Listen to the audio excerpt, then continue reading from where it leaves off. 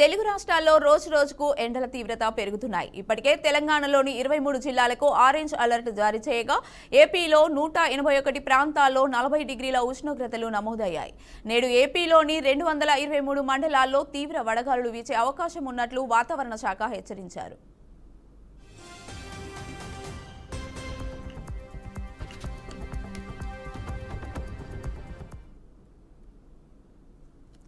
ఇక ఇదే అంశంపై మరింత సమాచారాన్ని మా ప్రతినిధి బసవరాజు అందిస్తారు. బసవరాజు, చెప్పండి.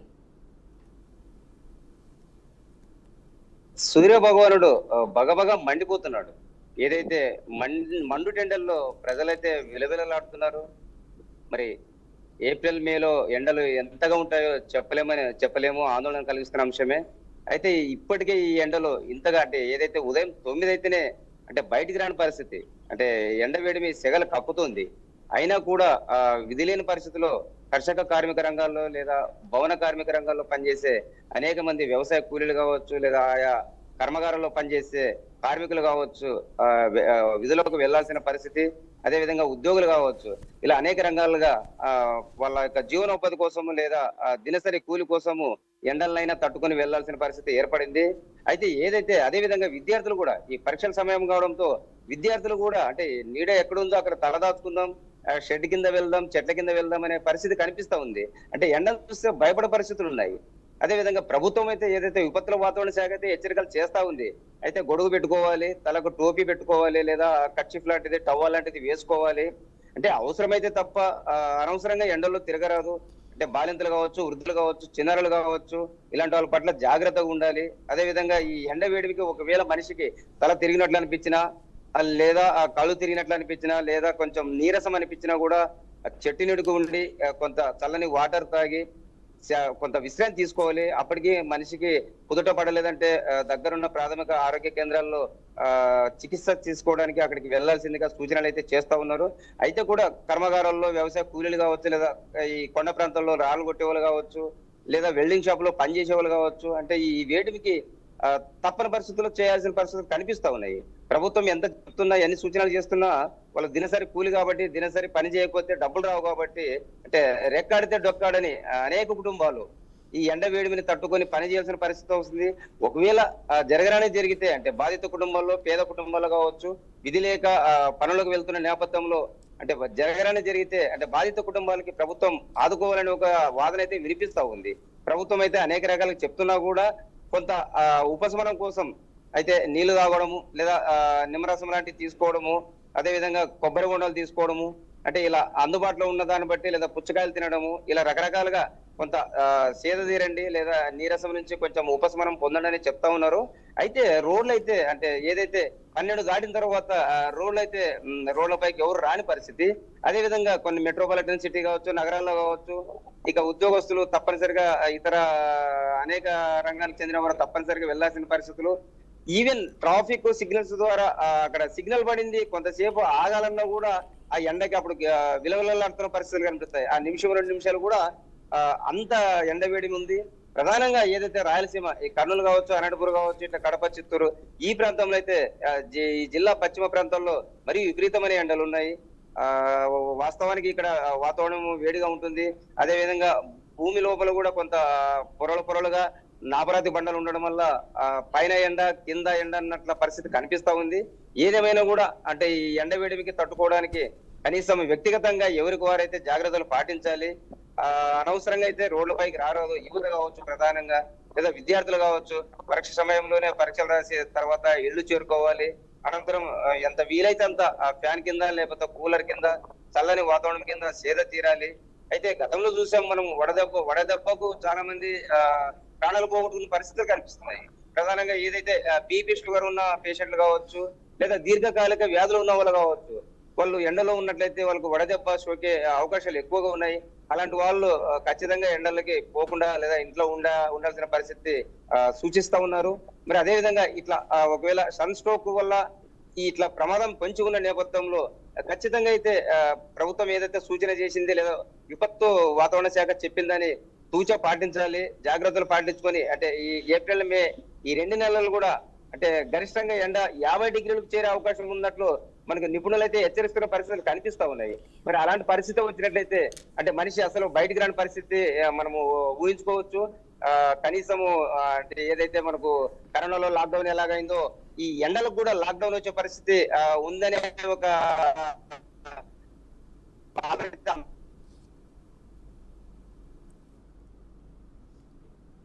Okay right, thank you Basavaraju.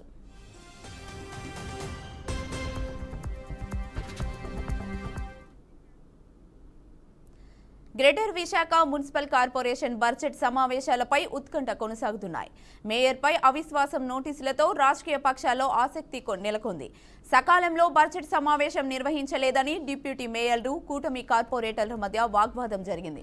Mayor రాజీనామా చేయాలని జనసేన మూర్తి యాదవ్ డిమాండ్ చేశారు. ఎమ్మెల్సీ ఎన్నికల కోడ్ కమిషనర్ లేకపోవడంతో సమావేశం నిర్వహించలేకపోయామని మేయర్ తెలిపారు. బడ్జెట్ సమావేశంలో ప్రజా ప్రయోజనాలు చూడాలని, సభ సజావుగా సాగేందుకు సహకరించాలని వైసీపీ కార్పొరేటర్లు కోరారు. నిజంగా ప్రజా సంక్షేమంపై శ్రద్ధ ఉంటే సమావేశానికి వైసీపీ శ్రేణులు ఎందుకు హాజరు కాలేదని టీడీపీ, జనసేన కార్పొరేటర్లు నిలదీశారు. సవరించిన బడ్జెట్ అంచనాలలో 48 కోట్లు కేటాయించడమైనది. నగరంలో మురుగునీటి కాలువల నిర్మాణము మరియు నిర్వహణ కొరకు 2025-26 సంవత్సరం బడ్జెట్ అంచనాలలో 189 కోట్లు, అలాగే 2024-25 సంవత్సరం అంచనాలలో వివిధ పద్ధతుల క్రింద చేపట్టదలిచిన ముఖ్యమైన పనులు ఇప్పుడు వివరించుచున్నాను. ఇంజనీరింగ్, పబ్లిక్ వర్క్, నగరపాలక సంస్థ జోన్ 2 మధురవాడ ప్రాంతంలో భూగర్భ మురుగునీటి వ్యవస్థ అభివృద్ధి కొరకు 2025-26 సంవత్సరం బడ్జెట్ అంచనాలలో 553 కోట్లు మరియు 2000. జిల్లా కలెక్టర్ గారు ఎస్సీ ఎస్టీకి సంబంధించినటువంటి విజిలెన్స్ మీటింగ్ పెట్టారు. అది చాలా అన్యాయం. ఎస్సీలకు సంబంధించినటువంటి పార్లమెంట్ సభ్యులు లేకుండా, కనీసం శాసనసభ్యులు లేకుండా కలెక్టర్ గారు విజిలెన్స్ మీటింగ్ పెట్టడం చట్ట విరుద్ధం. నేను ఇప్పుడు ఈ మీటింగ్లో వారిని ఇదే ప్రశ్న నేను వేస్తున్నాను.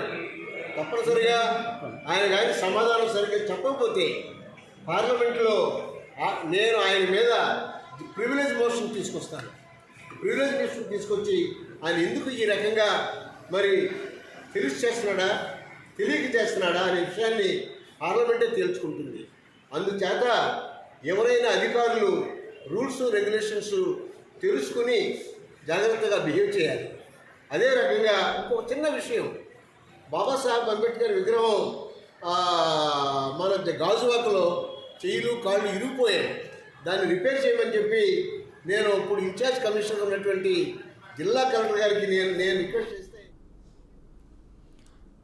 Greater Visakha Municipal Corporation budget సమావేశాలపై ఉత్కంఠ కొనసాగుతున్నాయి. ఇదే అంశంపై మరింత సమాచారాన్ని మా ప్రతినిధి శ్రీనివాస్ అందిస్తారు. శ్రీనివాస్, చెప్పండి. రైట్ కీర్తి, ఈరోజైతే కూడా GVMC greater Visakha Municipal Corporation budget సమావేశాలు అయితే స్టార్ట్ అయిన పరిస్థితి. 4761 కోట్ల రూపాయలతో అయితే బడ్జెట్ ని ప్రవేశపెట్టారు. అయితే జీవీఎంసీ నగర మేయర్ గా వైసీపీకి చెందిన గొలగాని వెంకట హరికుమారి అయితే ఉన్నారు. ఆవిడ మీద ఇటీవల కాలంలోనే అవిశ్వాస తీర్మానాన్ని కూడా ప్రవేశపెట్టడం జరిగింది. ఏదైతే కూటమి కార్పొరేటర్లు ఉన్నారో వాళ్ళంతా కూడా పూర్తిగా హాల్ నిండితే 34 మంది కార్పొరేటర్లు అయితే వైసీపీకి చెందిన వాళ్ళంతా బెంగళూరులో క్యాంప్ లో ఉన్నట్టుగా మనకు పూర్తి సమాచారం అయితే ఉంది. కేవలం మేయర్ తో పాటు 2 కార్పొరేటర్లు, 2 డిప్యూటీ మేయర్లు, అదే విధంగా ఒక ఎంపీ, ఎక్స్ అఫీషియల్ సభ్యులు ఎంపీ గొల్లా బాబురావు వచ్చి ఉన్నారు. అయితే వీళ్ళ మధ్య జరిగింది అయితే మాత్రం తీవ్ర ఉత్కంఠ తెరతీసిందని మనం చెప్పుకోవచ్చు. ప్రధానంగా గొల్లా బాబురావు ఇక్కడ సంబంధం లేని అంశాన్ని, కలెక్టర్ అపాయింట్మెంట్ ఇవ్వడం లేదనే అంశాన్ని లేవనెత్తగా కూటమి సభ్యులంతా కూడా ఒక్కసారిగా కూడా ఆయన మీద విరుచుకుపడిన పరిస్థితి ఉంది. ప్రస్తుతం ఆయన జీవీఎంసీ ఇన్ఛార్జ్ కమిషనర్ గా వచ్చారు. కలెక్టర్ అపాయింట్మెంట్ ఇవ్వకపోతే అది కలెక్టర్ ఆఫీస్ లో మాట్లాడుకోవాలని చెప్తూ ఉండగా అటు గొల్లా బాబురావుకి, ఇటు కూటమి నేతలకి మధ్య కొంత రసాభేస అయితే జరిగిన పరిస్థితి అయితే ఉంది. అదే విధంగా ఊహకందని బడ్జెట్లు కేవలం వచ్చే ఆదాయం చూస్తే 1200 కోట్ల రూపాయలు ఉంటే ఆ 4761 కోట్ల అంతనా బడ్జెట్ ని ప్రవేశపెట్టడం ఏంటి అని కూడా వామపక్షాలకు చెందిన స్టాలిన్ కావచ్చు, గంగారాం కావచ్చు అడగడం జరిగింది. అలాగే 15th ఫైనాన్స్ కమిషన్ నుంచి వచ్చే అతి తక్కువ 100 లేదా 200 కోట్ల రూపాయలు లోపే వస్తుంది. ఆ డబ్బులు కూడా మీరు లెక్క కట్టినా సరే ఇంత మొత్తం కాదు కాబట్టి ఊహాజనితం కానివి ఊహించి అంతంత అంటే 4 times అధికంగా 1200 కోట్ల ఆదాయం వస్తుంటే సుమారు 4800 కోట్లు అంటే 4 times అత్యధికంగా మీరు బడ్జెట్ ని ప్రవేశపెట్టడం తప్పు అని కూడా చెప్పారు. మౌలిక వసతుల కల్పన కానీ పేదవాళ్ళ పేదరిక నిర్మూలన మీద కానీ అభివృద్ధి కానీ ఏంటి గతంలో చూసుకుంటే ఇక్కడ బడ్జెట్ ప్రవేశపెట్టడం ఈ నిధుల్ని వైసీపీ ప్రభుత్వ హయాంలో ప్రభుత్వానికి రాష్ట్ర ప్రభుత్వం కేటాయించే పథకాలకు వీటికి మళ్లించడం జరిగింది. అలా పథకాలకు మళ్లించకుండా జీవీఎంసీకి ఏదైతే ఆదాయం వస్తుందో జీవీఎంసీ బడ్జెట్ ఏదైతే ఉందో ఆ బడ్జెట్ ని జీవీఎంసీ కోసము స్థానికంగా ఉండే 98 వార్డుల్లోని ఖర్చు పెట్టాలని కూడా వీళ్ళు డిమాండ్లు అయితే చేస్తున్న పరిస్థితి. ఏదైనా సరే కొంత రసాబసాగానే జీవీఎంసీ సమావేశం జరిగిందని మనం చెప్పుకోవచ్చు. Keerthi. Okay, right, thank you Srinivas.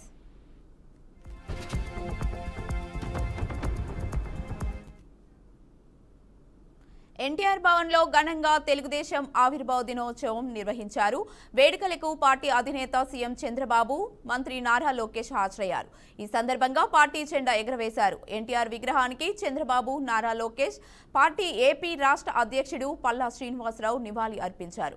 కార్యక్రమంలో హోంమంత్రి అనిత, కేంద్ర మంత్రి పెమ్మా సానితో పాటు పార్టీ శ్రేణులు పాల్గొన్నారు. అభిమానులందరికీ ఆవిర్భావ దినోత్సవ శుభాకాంక్షలు. తెలుగుదేశం పార్టీ ఆవిర్భావమే ఒక సంచలనం. తెలుగుదేశం పార్టీ మొదటి గెలుపు ఒక చరిత్ర. రాజకీయాల్లో రికార్డులు సృష్టించాలన్నా, ఆ రికార్డులు బద్దలగొట్టాలన్నా అది కేవలం ఒక తెలుగుదేశం పార్టీతోనే సాధ్యం. 3 అక్షరాలు తెలుగు వారి ఆత్మగౌరవం కోసం తొడగొట్టాయి. ఆ 3 అక్షరాలు తెలుగు ప్రజల గుండె చెప్పుడుగా మారినాయి. అవి 3 అక్షరాలు కాదు, ఒక ప్రభంజనం. ఆ 3 అక్షరాలేంటి? ఎన్టీఆర్. విశ్వవిఖ్యాత నట సార్వభౌమ స్వర్గశ్రీ నందమూరి తారక రామారావు గారు 43 ఏళ్ల క్రితం తెలుగుదేశం పార్టీకి పునాది వేసింది అన్న ఎన్టీఆర్. ఆ ముహూర్తం బలం ఏంటో నాకు తెలియదు. ఆ పునాదులు కూడా ఈరోజు గట్టిగా ఉన్నాయి. పార్టీ పెట్టిన 9 నెలల అధికారంలోకి వచ్చి తెలుగు వారి సత్తా ఏంటో ఢిల్లీకి తెలియజేసిన వ్యక్తి అన్న ఎన్టీఆర్. 1998లోనే అమెరికాలోని ఇలినాయిస్ గవర్నర్ జిమ్ హెడ్లర్ గారు చంద్రబాబు నాయుడు గారి గౌరవార్థం సెప్టెంబర్ 24న నాయుడు డేగా ప్రకటించిన సంగతి ఇక్కడున్న చాలా మందికి తెలియకపోవచ్చు. ఈరోజు చాలా గర్వపడుతున్నా. అటువంటి నాయకుడు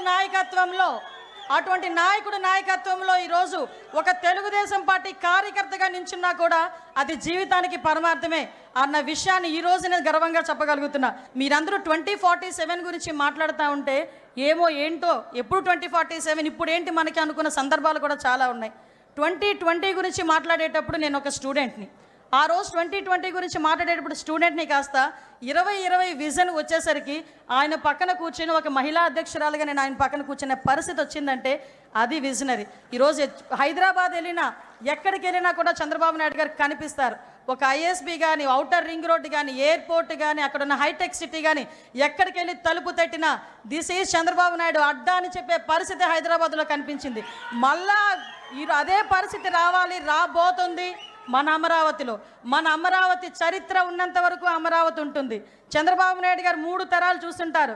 నాయక మీకు ఒక విషయం చెప్తున్నా, మీరు 3 తరాల నాయకులను చూశారు, 4వ తరం నాయకులను చూడబోతున్నారు. 40 తరాలు వచ్చినా కూడా అమరావతి అని వచ్చేసరికి తెలుగుదేశం పార్టీ చంద్రబాబు నాయుడు గారే గుర్తొస్తారు తప్ప వేరే ఏ నాయకుడు గుర్తుకు రాబోడు. ఈ పార్టీకి మనందరం వారసులం. ఈ విషయం మీరందరూ గుర్తుపెట్టుకోవాల్సిన అవసరం ఉంది. నేను కూడా ఈ పార్టీకి ఒక అధ్యక్షుడిని, ఒక టీమ్ లీడర్ని మాత్రమే. నా ఆలోచన తెలుగుదేశం పార్టీ శాశ్వతంగా ఉండాలి. తెలుగువారు ఉన్నంత వరకు తెలుగువారి కోసం తెలుగుదేశం పార్టీ ఉంటుంది. దాంట్లో ఏమాత్రం అనుమానం లేదు. మనందరం వారసులం మాత్రమే కానీ పెత్తందారులు మాత్రం కాదు. ప్రతి ఒక్క కార్యకర్తకు న్యాయం చేసి తిరిగి ఈ సాంప్రదాయాన్ని భావితరాలకు అందించవలసిన బాధ్యత మనందరిపైన ఉందని చెప్పి మరొకసారి విజ్ఞప్తి చేస్తున్నా. అందుకే మీరు ఒక్కసారి చూస్తే ఎన్నో పార్టీలు వచ్చాయి. చాలా పార్టీలు ఎప్పటికప్పుడు కనుమరుగయ్యే పరిస్థితి కూడా వచ్చింది.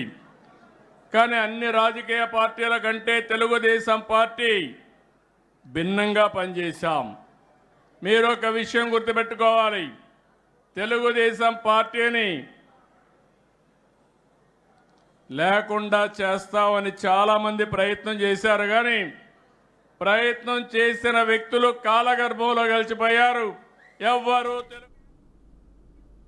శ్రీకాకుళం జిల్లా ఉద్దానం ప్రాంతానికి చెందిన తెప్పల ఢిల్లీరావు విద్యుత్ తీగలు తగిలి మృతి చెందాడు. మృతి చెంది 3 నెలలు కావస్తున్నా ఎలా మృతి చెందాడో ఇప్పటి వరకు నిగ్గు తేల్చలేదని మాజీ మంత్రి సీదిరి అప్పలరాజు అన్నారు. ఈ మేరకు స్థానిక పోలీస్ స్టేషన్ వద్ద బైఠాయించి నిరసన తెలిపారు. మృతుడి భార్య కమలమ్మతో కలిసి ఆందోళనకు దిగారు. ఆ కుటుంబానికి న్యాయం చేయాలని డిమాండ్ చేశారు. విషయం తెలుసుకున్న డీఎస్పీ వి వెంకట అప్పారావు అక్కడికి చేరుకొని ఆందోళనకారులతో మాట్లాడారు. దౌర్జన్యం చేస్తూ పోలీస్ స్టేషన్ వద్ద ఆందోళన చేయడం తగదని, మృతి వ్యవహారంపై తాము దర్యాప్తు చేస్తున్నామన్నారు. దర్యాప్తునకు కొంత సమయం పడుతుందని, దీన్ని రాజకీయం చేయడం తగదని హెచ్చరించారు. దీంతో వారిద్దరి మధ్య వాగ్వాదం జరిగింది. అనంతరం స్టేషన్లో ఆందోళనకారులతో చర్చించారు. నిజాలు నిగ్గు తేల్చి ప్రజలకు తెలియజేయడం జరుగుతుందని డీఎస్పీ చెప్పడంతో ఆందోళన విరమించారు.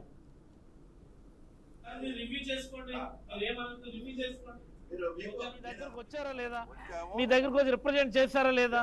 మరి what you have done all these days, how much time you need to clarify the issue? DSP గారు, యు జస్ట్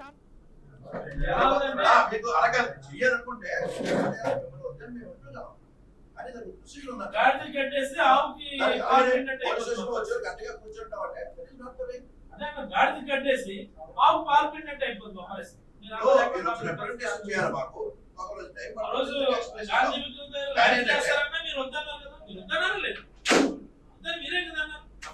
అంటే ఉద్దానంలో ఒక మనిషి చనిపోతుంది, అర్థం కాని రీతిలో చనిపోతుంది, అనుమానాస్పద రీతిలో చనిపోతుంది.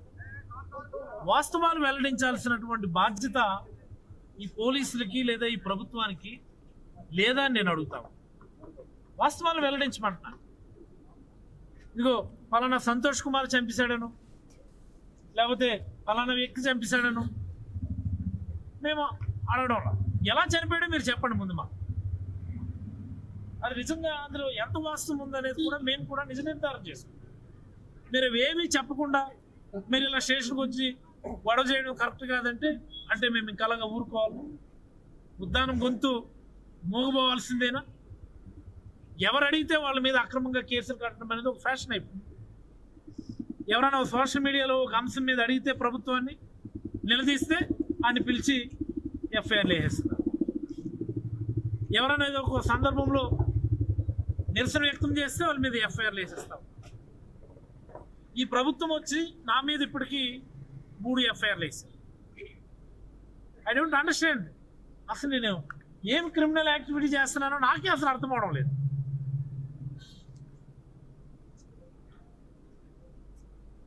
వాస్తవాలు వెల్లడించమని అడుగుతాము. మీకేమైనా ఒత్తిడులు ఉన్నాయి? వాస్తవాలు వెల్లడించకుండా పోలీసులు ఎవరినైనా ఒత్తిడి చేస్తున్నారా, నియంత్రిస్తున్నారా?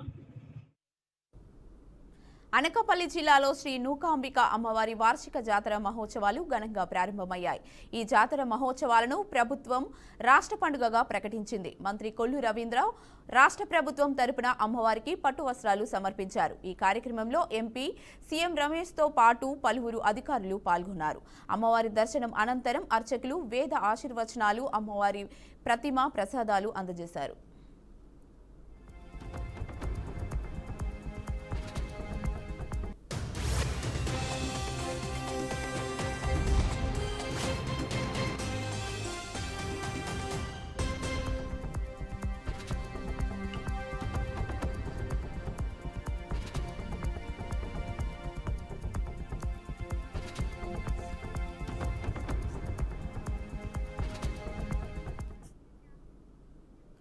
టెస్లా, స్పేస్ ఎక్స్ ఈసీఏఓ పరమ కుబేరుడు ఎలాన్ మాస్క్ సంచలన నిర్ణయం తీసుకున్నారు.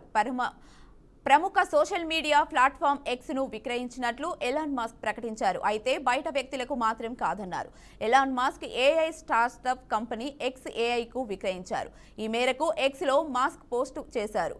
మొత్తం $33 మిలియన్ ఎక్స్ను అమ్మినట్లు తెలిపారు. దీంతో ప్రస్తుతం ఎక్స్ ఏఐ విలువను $80 బిలియన్ మస్క్ పేర్కొన్నారు. అధునాతన ఏఐ టెక్నాలజీని ఎక్స్కు అనుసంధానం చేయడం ద్వారా ఉత్తమ ఫలితాలు సాధించవచ్చునని ఎలాన్ మస్క్ తన పోస్ట్లో పేర్కొన్నారు. ప్రస్తుతం ఎక్స్కు 600 మిలియన్ల మంది యూజర్లు ఉన్నారు.